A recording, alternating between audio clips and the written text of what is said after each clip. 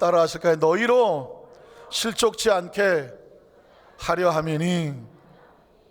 어떻게 하길 원하지 않아요? 실족하지 않게 하기를 원합니다.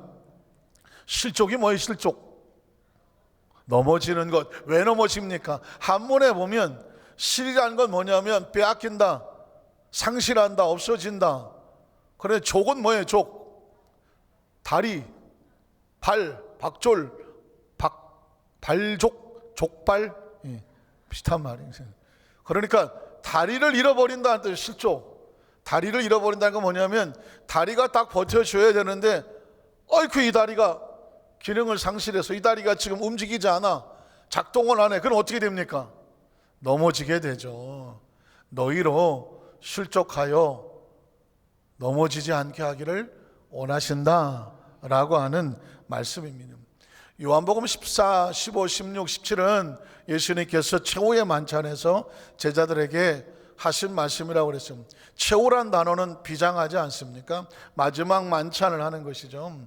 거기서 예수님께서는 그동안 했던 예수님의 마음을 아주 에키스로 메시지화 하는데 두 가지가 있다고 말씀드렸습니다. 첫 번째는 뭐냐면 세계명이죠. 안 잊어버리셨죠? 한번 따라 하실까요? 세계명. 왜 세계명일까요? 새 거니까. 그러면 옛 계명은 뭐? 옛 계명, 옛날에 준 계명은 뭐예요? 십계명. 십계명은 옛 계명이에요. 왜 옛 계명일까요? 어디에 있으니까? 구약에 있으니까. 출애굽기 20장, 신명기 5장, 6장에 십계명이 있어요. 이건 이스라엘 백성들에게 준 계명입니다. 10가지 계명이 있는데 이 십계명 하나하나 우리가 다 알아야 되는 건 당연하지만 이 십계명을 한마디로 말하는 거죠. 한마디로 줄여서 새롭게 우리에게 주시는 계명인데, 그래서 세계명이라고 말한단 말입니다. 세계명의 내용은 뭐예요? 서로 사랑하라. 알기는 진짜 잘하시네. 한번 더, 서로 사랑하라입니다. 옛 계명도 서로 사랑하라입니다. 1계명도 4계명까지는 하나님을 사랑하라. 4계명부터 5계명부터 10계명까지는 이웃을 사랑하라는 거죠. 그런데 하나님을 사랑하고 이웃을 사랑하니 결국 누구를 사랑하는 거죠? 나를 사랑하는 겁니다. 그러니까 계명은 주제가 뭐예요? 사랑이죠. 사랑입니다. 그러니까 하나님을 만나면 가슴에 뭐밖에 모르는 거예요? 사랑밖에 몰라. 그래서 아주 유명한 노래가 있잖아요. 사랑밖에 난 몰라. 이 굉장히 중요한 겁니다. 예수 믿는 성도는요, 계명을 가슴에 새기는데 뭐 하기로 작정한 사람입니까? 사랑하기로 작정한 사람입니다. 그래서 하나님 사랑, 이웃 사랑, 근데 결국 누구 사랑? 나를 사랑하는 것입니다. 여러분, 이 세상에서 제일 중요한 존재가 누굴까요? 남편. 난 우리 남편이 최고다. 여러분, 역사적인 장면을 보고 계십니다. 한 사람도 손을 안 들었어요. 그렇게 목숨을 걸고 사랑했던 영순이도 필요 없고 미자도 필요 없고 아무도 손을 안 들어. 여러분, 기가 막힌 장면을 보게 됩니다. 난 우리 마누라가 최고다. 안 드시는 거예요 지금? 야, 난 장로님 드실 줄 알았더니 할 수 없습니다. 그러면 내 아들 딸이 최고다. 아, 손 드시면 그래도 뭐 돌아가셨지만 친정엄마 친정아버지가 최고다. 손 드시는 분들 계셔. 외삼촌이 최고다. 외삼촌. 도대체 누가 최고인 거예요? 여러분, 꼭 기억하십시오. 인생을 살아가면서 제일 중요한 사람은 누구다? 내가 중요해요. 여러분, 아주 극단적 이기주의자가 돼야 돼. 내가 제일 중요해. 왜 중요하냐? 내가 멀쩡해야 사랑도 할 수 있어. 내가 멀쩡해야 신앙도 지키고, 내가 멀쩡해야 직분도 감당하고, 내가 멀쩡해야 아내도 좋은 아내가 될 수 있고, 내가 멀쩡해야 좋은 엄마도 될 수 있고, 내가 멀쩡해야 좋은 아빠, 좋은 아버지, 좋은 할아버지, 좋은 남편, 멀쩡해야 여러분 좋은 성도도 될 수 있고요, 좋은 일꾼도 될 수 있어요. 내가 만약 상하면, 내가 만약 다치면, 내가 만약 시험에 들면, 내가 만약 어떤 기능을 상실하면 못하잖아요. 그러니까 내가 제일 중요해. 사실은 성경에서도 너를 위해서 하나님을 사랑하는 것입니다. 믿으십니까? 하나님을 사랑하라고 했지만 결국 누굴 위해서 사랑하는 겁니까? 나를 위해서 사랑하는 겁니다. 네 이웃을 사랑하라고 하지만 누굴 위해서 사랑하는 겁니까? 이웃을 사랑하면 누가 안전합니까? 내가 안전합니다. 내가 만약에 보는 사람하고 족족 싸우고 다니면 밤에 뒤통수가 무섭습니다. 왜? 나하고 싸운 놈이 언제 또 뒤에서 달라들지 몰라. 그러나 내가 이웃과 평안하면 문을 열고 자도 편안한 것입니다. 그러니까 하나님께서 우리에게 뭐 선악과를 따먹지 말라, 누구 때문에 따먹지 말라고 한 겁니까? 하나님의 말씀이지만 결국은 아담과 하와를 위해서 따먹으면 정령 죽으리라, 이 에덴의 것을 내가 누리지 못하리라. 가만히 들어보면 하나님은 우리를 위해서 그렇게 하시는 것입니다. 정확하게 말하면 내가 안전하기 위해서, 내가 실족하지 않기 위해서, 내가 정말 이 땅에 하나님 자녀 백성답게 살기 위해서 그렇게 하는 것입니다. 내가 시험에 들면 내 주위의 사람들은 다 힘듭니다. 여러분, 부인이 힘들어갖고 만약에 시험 들어갖고 이거 저거 하면 남편이 주일날 교회에 가겠습니까? 못 가겠습니까? 가야지. 그래도. 그래 부인이 난 이제 못 안 가! 막 이러고 앉아 있으면 남편이 그때부터 눈치를 봅니까? 안 봅니까? 안 봅니까? 벌써 집안이 분위기가 이상하지 않겠습니까? 만약에 부모가 그냥 서로 그냥 어떻게든지 이유가 돼갖고 싸웠든지 서운하든지 섭섭하든지 뭐래갖고 집안 분위기가 영적으로 확 주저앉으면 애들이 주일날 교회 가겠습니까? 안 가겠습니까? 눈치 보기 시작하지 않겠습니까? 굉장히 중요한 겁니다. 내가 영적으로 올바로 잘 서서 하나님과의 관계가, 기도가 올바르고 예배가 올바르고 내 안의 기쁨과 은혜와 감사를 상실하지 않아야 내 남편이 편안합니다. 내 아내가 편안하고요, 내 자식들이 안전하다니까요. 부모가 시험 들어서 상처 있고 울고불고 이러고 앉아있으면 그 애들과 자손들은 어떻게 됩니까? 모든 영적인 분위기가 힘들어지기 시작합니다. 지역장이 만약에 힘들어갖고 시험이 들어갖고 막 무너지고 이러고 앉아있으면 그 지역 식구들 뭐가 됩니까? 지역장도 저 정도인데 어떻게 생각하십니까? 그러니까 절대로 제일 중요한 건 나야. 그래서 내가 올바로 살기 위해서 내가 사는 길을 선택해야 되는데, 내가 사는 선택길이 뭐냐? 계명을 지키는 거죠. 내가 계명을 지켜야 돼. 우리는 시험 들 시간도 없어. 우린 시험 들어도 안 되는 팔자예요. 만약에 내가 목사가 시험이 들었어, 여러분 다 필요 없어. 필요 없어. 하나님이 살아계시는데 뭐가 나한테 이러냐. 내가 이러고 앉아 있어봐. 그리고 여러분 날 어떻게 보겠어? 아이고 저것도 목사라고 앉아갖고 아유 정말 내가 진짜 이 자리에 앉아 있는 것도 진짜 고마운 줄 알아라. 이러지 않겠습니까? 영적인 리더자들은 개인이 아니야. 공인이야. 공인.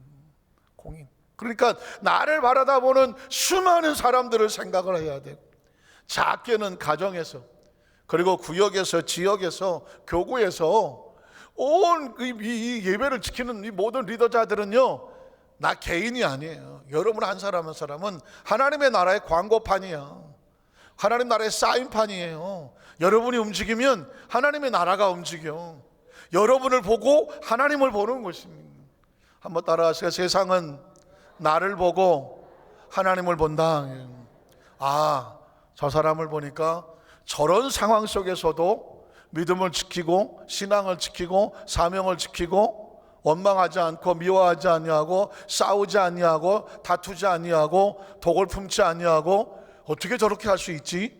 하나님이 살아계신가 봐. 세상은 우리를 통해서 하나님을 발견하게 되는 줄로 믿습니다. 그래서 예수님께서 그렇게 처절하게 서로 사랑하라, 결국은 그게 너를 사랑하는 것이다. 자, 여러분, 쉬운 일은 아니나 매일 매순간 우리는 끝까지 사랑의 목숨을 걸으십시오. 그게 예수님께서 우리에게 마지막으로 원하셨던 계명입니다.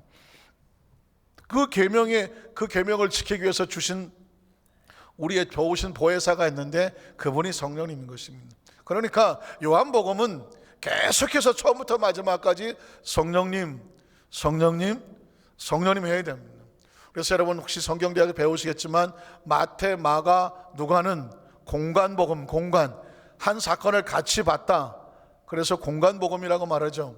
그러나 요한복음은 똑같이 사복음서지만 공간복음이라고 말하지 아니하고 제4복음 그리고 영예복음이라고 말씀하는 것입니다. 왜냐하면 마태, 마가, 누가는 예수님의 어떤 사역에 관심을 두고 사역에 대한 말씀이 기록되어 있다면 요한복음은 철저하게 영적인 그 성령의 역사 속에서 움직이는 그 부분을 강조하고 있기 때문에 주제는 바로 성령님인 거죠.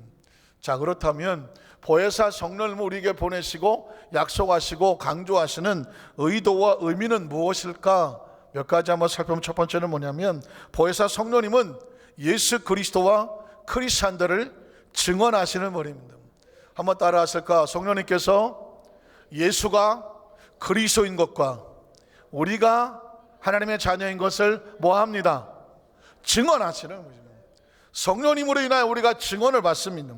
요한복음 15장 26절에 보니까 내가 아버지께로부터 너에게 보낼 보혜사 곧 아버지께로부터 나오시는 진리의 성령이 오실 때 그가 나를 뭐 할 것입니까? 증언하십니다.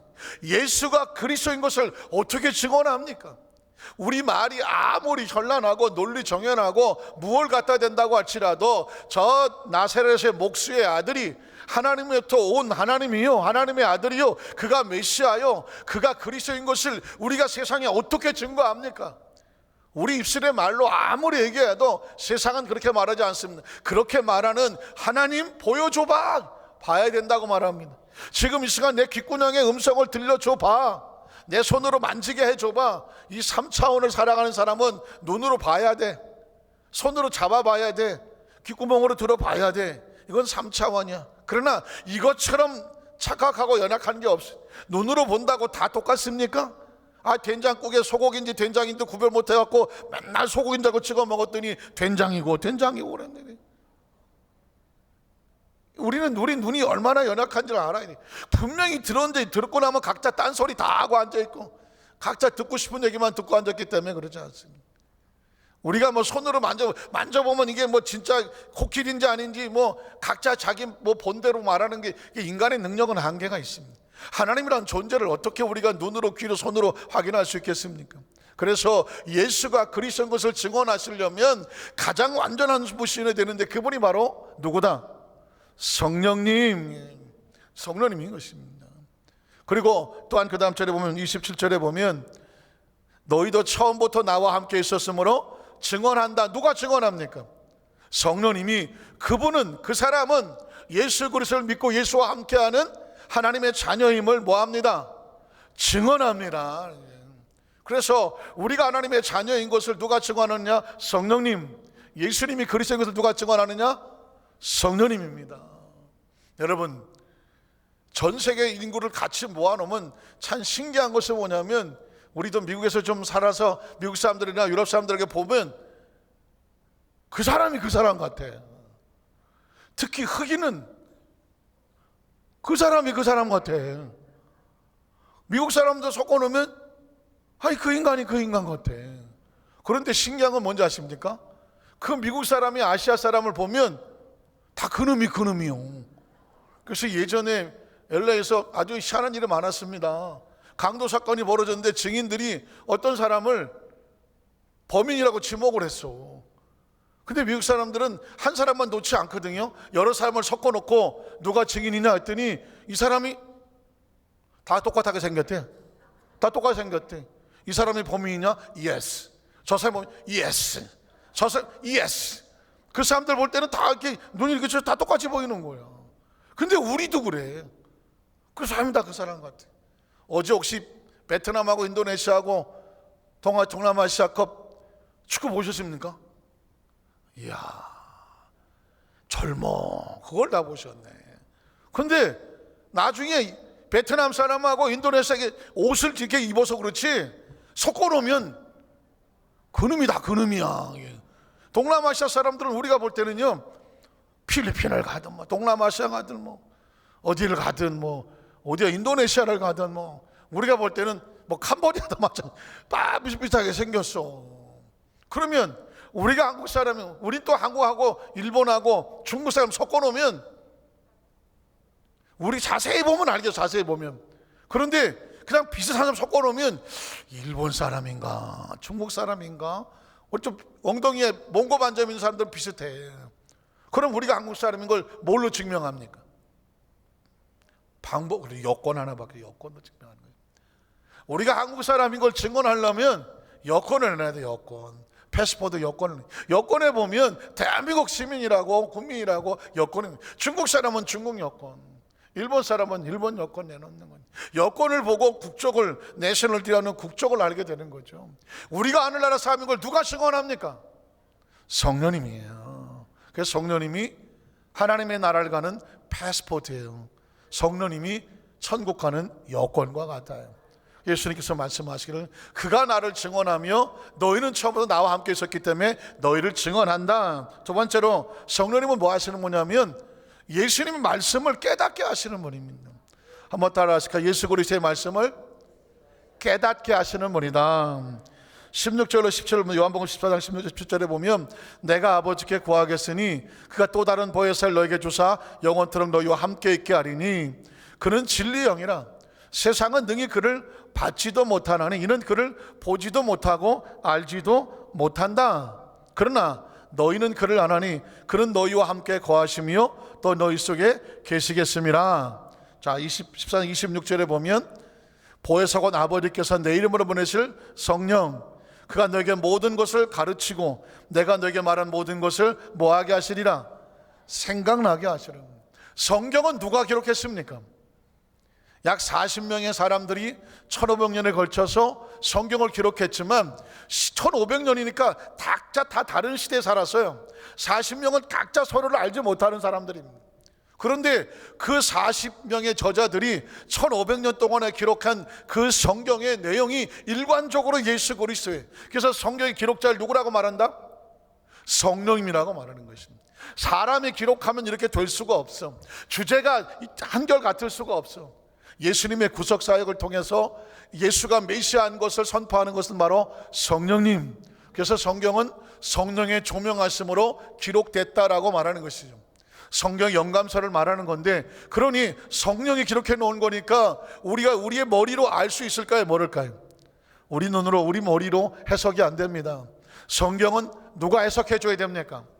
성령님이 깨닫게 해주시고 해석해 주시고 조명해 주시고 열어주시고 보여주셔야 돼요. 성경은 그래서 성령님이 아니면 절대로 해석이 안 돼요.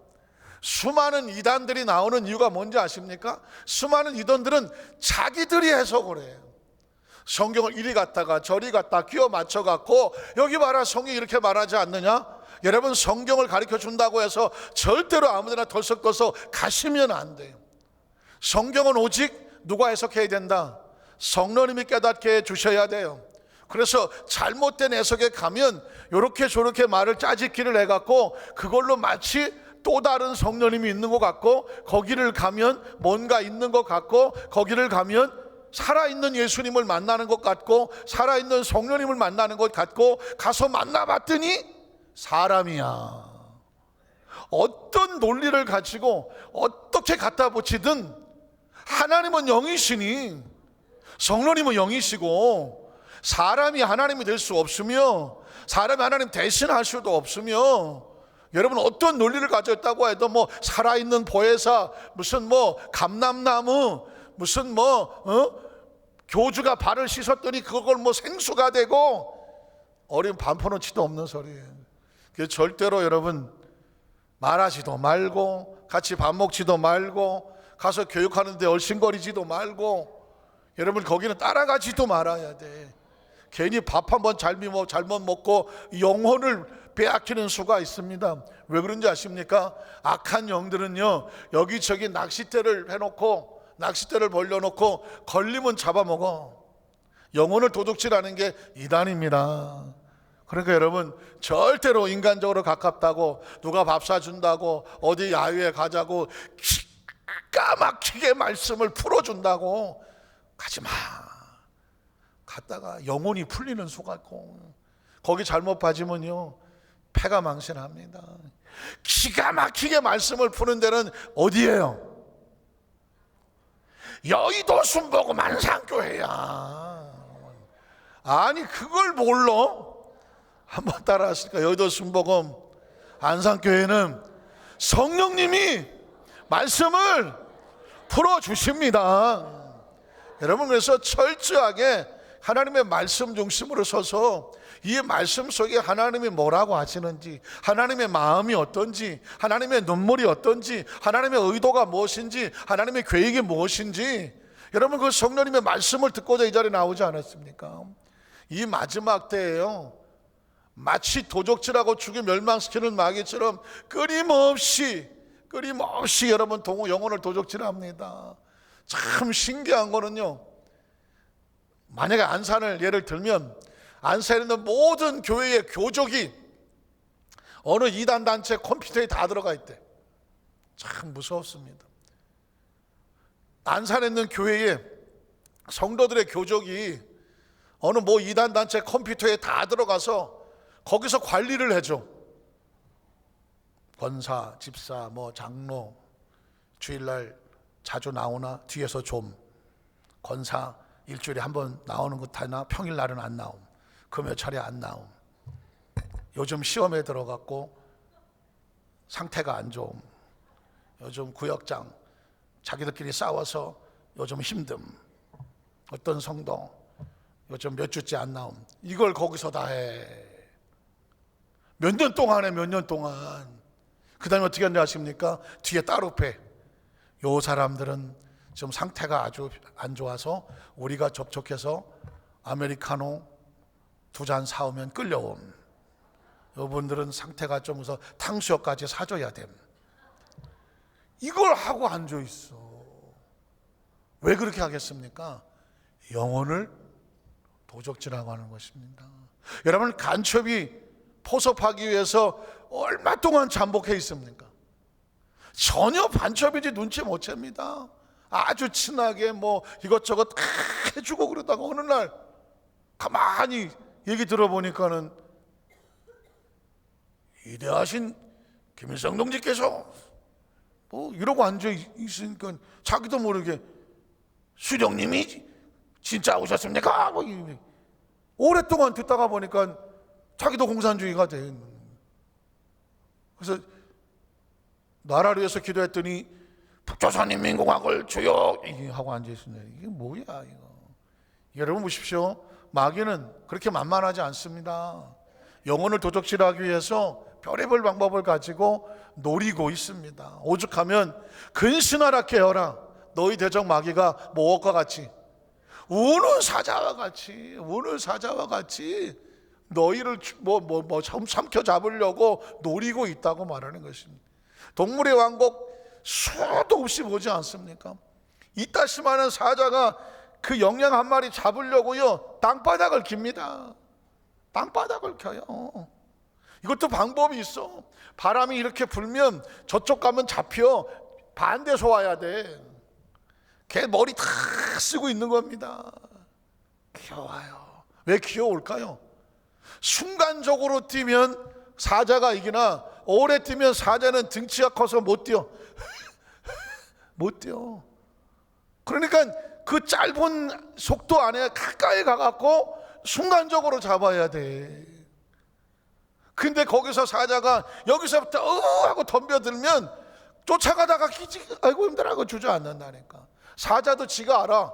지가 띵띵한 걸 알아갖고는 요거밖에 못 뛴다는 거 알아. 그 못 뛰는 사이에 승부를 내야 돼. 여러분, 마지막 때에 믿는 자를 보겠느냐? 그 이야기는 뒤집어 말하면 얼마나 많은 유혹과 함정이 우리 감정과 우리의 모든 삶을 도적질하고 지금 멸망시키려고 함정을 파놓고, 야 이거 제발 좀 시험 들어라, 야 아유 저 딴 데 좀 가고, 아유 요즘 단풍 얼마나 좋냐, 아유 좀 있으면 눈 오는데 스키 타러 가. 그 주일날 스키 타갖고 그냥 저 높은 정상에서 쫙 내려올 맛이 기가 막히잖아요.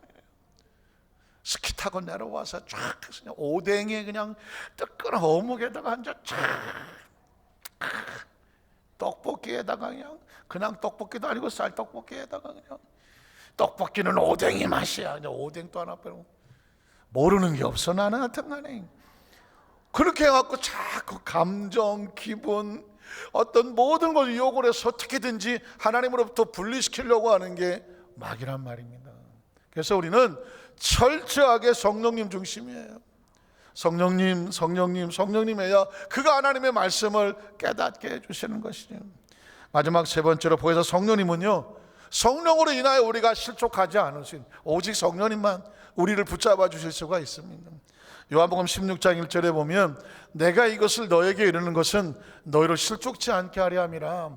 왜 세 계명을 말하고 왜 내가 너희에게 성령을 얘기하는지 아느냐? 이건 뭐냐면 너희가 세상에서 어려움을 당할 때가 오는데, 환난을 당할 때가 오는데, 그때 너희를 붙잡아 주실 분은 바로 성령님이다. 실족하지 않게 하려 하매니 사람들이 너희를 출교할 때도 와. 예수를 믿는다는 것 때문에 그 유대교라는 곳에서 이스라엘 백성들을 향해서 너희는 이제 우리와 상관이 없다라고 우리와 출교를 할 때뿐 아니라 때가 이르면 물은 너희를 예수를 믿는다는 것 때문에 죽이는 일도 벌어져. 그러는데 그 다음 절은 뭐라고 말할까요? 이것을 하나님의 섭리. 왜냐하면 유대인들은 자기들은 종교적인 신앙생활을 했거든. 남을 비판하고 정죄하고 손가락질하고 오로지 자기들만 구원받았다고 생각을 하는데, 예수 믿는 성도들을 가서 핍박하면서 우린 하나님 일을 한다고 생각하거든. 그 다음 절 4절에 보면 이제 오직 너에게 이 말을 한 것은 너희로 그때를 당하면 내가 너에게 말한 이것을 생각나고 기억나게 하려 하며 처음부터 이 말을 하지 않는 것은 내가 너희와 함께 있었습니다. 있는 동안은 예수님의 보호가 있지만 예수님이 떠난 다음에 우리가 이 세상에 예수를 믿는데 당하는 모든 시험과 시련은 우리가 크리스찬인 것을 세상에서 증거하는 것입니다. 세상이 여러분을 미워하거든 너희는 하나님의 자녀인 것을 기억하라는 것입니다. 제가 그 전에 얘기했었잖아요. 여대 동문에서 미주 여행을 갔는데 우리 그 순복음교회 권사님 한 분이 같이 갔다가 시험 들어왔더라. 왜 그러냐 했더니 그 동문들이 딸 자식들 시집을 보내는데 사주팔자를 봐야 된다고 하니까, 사주팔달의 팔자에 육갑에 다 떨어야 된다고 얘기하니까, 아니 이분은 순진하게 아니 크리스찬이 무슨 사주팔자를 보느냐. 그랬더니 아유 무식하기는 기도도 하지만 사주팔자도 봐야 돼. 그래야 알지. 궁합도 좀 보고 해야 돼. 여러분 이런 상황이 있게 되면 10명이 갔는데 8명이 만약에 궁합을 봐야 된다, 사주팔자에 다 봐야 된다 그러면 갑자기 혼선이 오지 않겠습니까?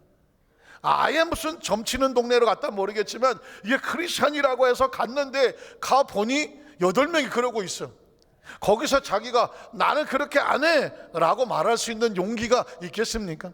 만약 거기서 그렇게 용기를 냈는데 나머지가 왕따를 시켜, 아유 이 고지식한 이 순복음교회 권사이가, 아유 이게 칭찬입니까? 아니면 듣지 말아야 될 소리입니까? 들어야 될 소리입니다. 그런 비난과 그런 손가락질은 기꺼이 받아야 해요. 혹시 그 8명이 왕따를 시키고 아유 저 고지식한 저 순복음교회 권사 나중에 데리고 가지 마, 우리끼리 가 하더라도 기꺼이 기쁨으로 감사하는 겁니다. 믿으십니까?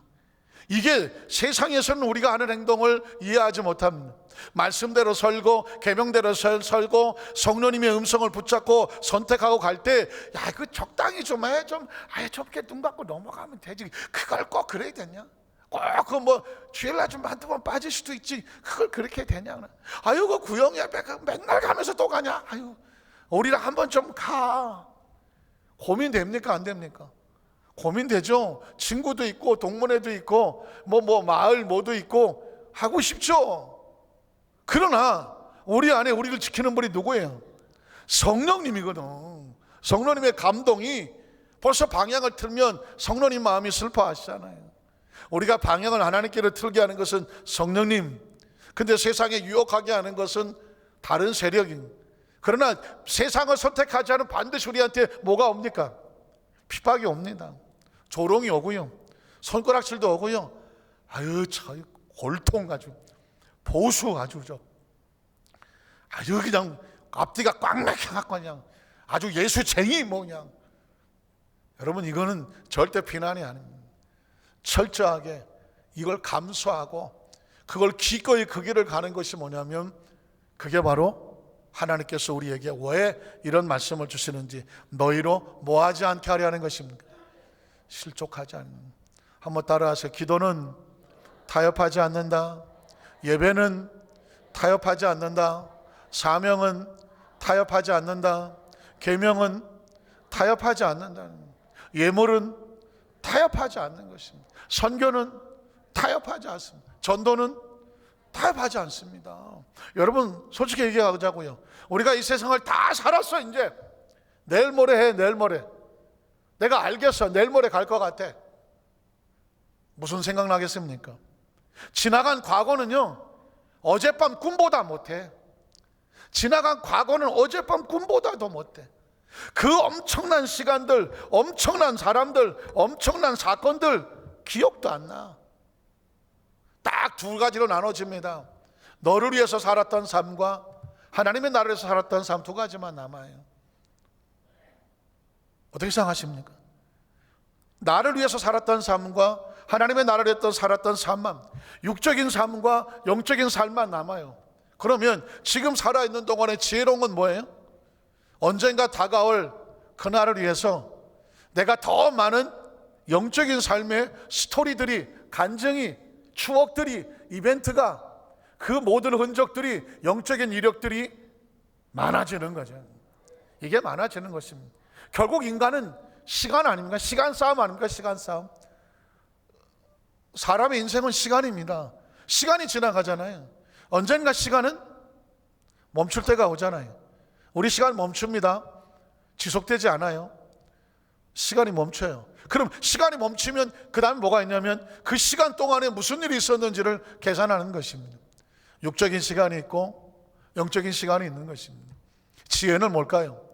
때를 분별하고 아껴서 그 시간 속에 영적인 스토리들이 많이 있게 하는 것입니다. 아무리 잘난 사람도 시간 앞에서는 스톱하고요, 아무리 부족해도 시간 앞에서는 똑같이 다 스톱하는 것입니다.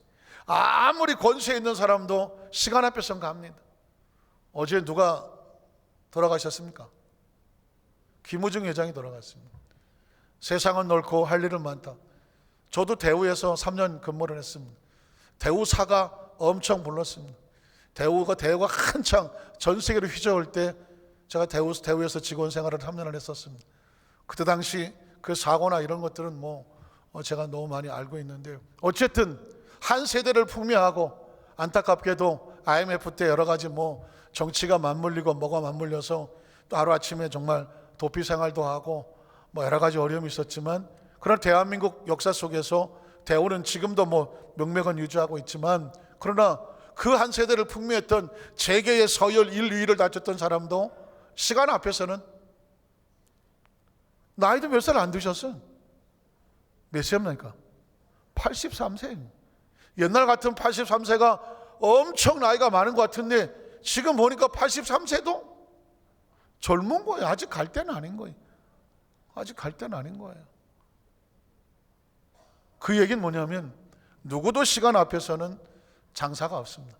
세월 앞에 장사가 없는 것처럼. 그래서 이제 우리는 세상 안에 정신없이 살다가 하다 가는 사람이 아니라, 세상 밖에서 시간을 내려다보다가 때를 잘 분별해서 사는 동안에 시간에 끌려가는 존재가 아니라 내가 시간을 다스리는 존재가 되어져 나가는데, 포기할 것과 포기하지 말 것, 지킬 것과 지켜야 될 것을 반드시 알아서 세상에서 실족하지 아니하고 반드시 믿음 지켜서 두 다리 멀쩡하게 영적으로 꿋꿋하게 앞으로 달려나가시는 우리 믿음의 용사들 되시기를 주님의 이름으로 축원합니다.